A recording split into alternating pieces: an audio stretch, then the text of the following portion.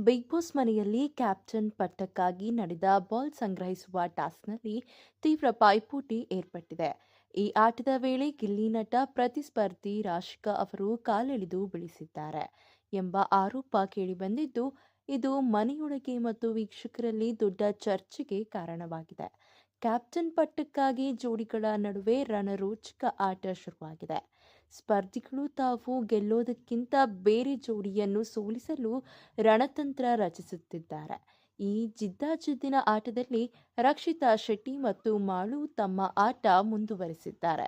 ಸದ್ಯ ಮನೆಯಲ್ಲಿ ರಚನೆಯಾಗಿರುವ ಜೋಡಿಗಳಿಗೆ big boss ball task ನೀಡಿದ್ದಾರೆ. ಅತಿ ಹೆಚ್ಚು ಬಾಲ್ ಸಂಗ್ರಹಿಸುವ ಜೋಡಿ ಈ ಆಟವನ್ನು ಗೆಲ್ಲುತ್ತದೆ. ಹಾಗಾಗಿ ಜೋಡಿಗಳು ಹೇಗಾದ್ರೂ ಮಾಡಿ ಆಟ ಗೆಲ್ಲಬೇಕೆಂದು ಪಣ ತೊಟ್ಟು ಕುಳಿತುಕೊಂಡಿದ್ದಾರೆ. ಗಿಲ್ಲಿ ಕಾವ್ಯ ಮತ್ತು ಸೂರಜ್ ರಾಶಿಕಾ ಜೋಡಿಗಳ ನಡುವೆ ತೀವ್ರ ಸ್ಪರ್ಧೆ ಏರ್ಪಟ್ಟಿದೆ. ಈ ನಡುವೆ ಗಿಲ್ಲಿಯ ಮೋಸದಾಟ ವೀಕ್ಷಕರ ಮುಂದೆ ಬಯಲಾಗಿದೆ ಎಂದು ವೀಕ್ಷಕರು ಹೇಳುತ್ತಿದ್ದಾರೆ.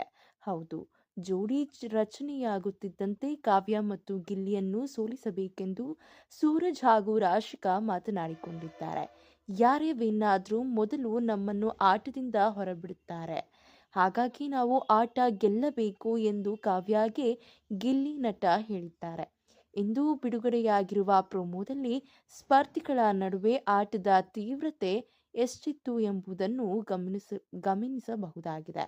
ಇಂದಿನ ಆಟವನ್ನು ಯಾರು ಗೆದ್ದರು ಸೋತ್ರು ಎಂಬುದನ್ನು ಪ್ರೊಮೋದಲ್ಲಿ ತೋರಿಸಿಲ್ಲ. ಆದರೆ ವೀಕ್ಷಕರು ಜಿಯೋ ಹಾಟ್‌ಸ್ಟಾರ್‌ನಲ್ಲಿ 24x7 ಲೈವ್‌ಗಾಗಿ ಶೋ ನೋಡಿದ್ದು, ತಮ್ಮ ಅಭಿಪ್ರಾಯಗಳನ್ನು ಸೋಷಿಯಲ್ ಮೀಡಿಯಾದಲ್ಲಿ ತುಣುಕುಗಳನ್ನು ಹಂಚಿಕೊಳ್ಳುತ್ತಿದ್ದಾರೆ.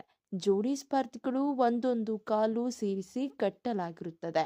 ಬಾಕ್ಸ್ನಲ್ಲಿರುವ ಚೆಂಡುಗಳನ್ನು ಸಂಗ್ರಹಿಸುವ ಟಾಸ್ಕ್ ಇದಾಗಿತ್ತು.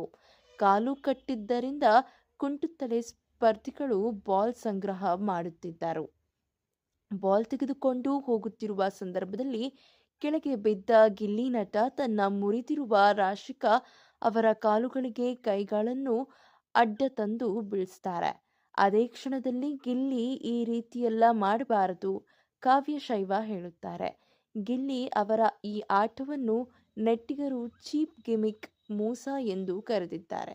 ಇದೇ ರೀತಿಯ ಸಿನಿ ಅಪ್ಡೇಟ್ಸ್ಗಳಿಗಾಗಿ ಹಾಗೂ ಕನ್ನಡ ಬಿಗ್ ಬಾಸ್ ಸೀಸನ್ 12ರ ಲೇಟೆಸ್ಟ್ ಅಪ್ಡೇಟ್ಸ್ಗಳಿಗಾಗಿ ಈ ಕೂಡಲೇ ನಮ್ಮ ಚಾನೆಲ್ ಅನ್ನು ಸಬ್ಸ್ಕ್ರೈಬ್ ಮಾಡಿ, ಹಾಗೆ ಪಕ್ಕದಲ್ಲಿ ಕಾಣ್ತಿರುವಂತಹ ಬೆಲ್ ಐಕಾನ್ನ ಕ್ಲಿಕ್ ಮಾಡಿ.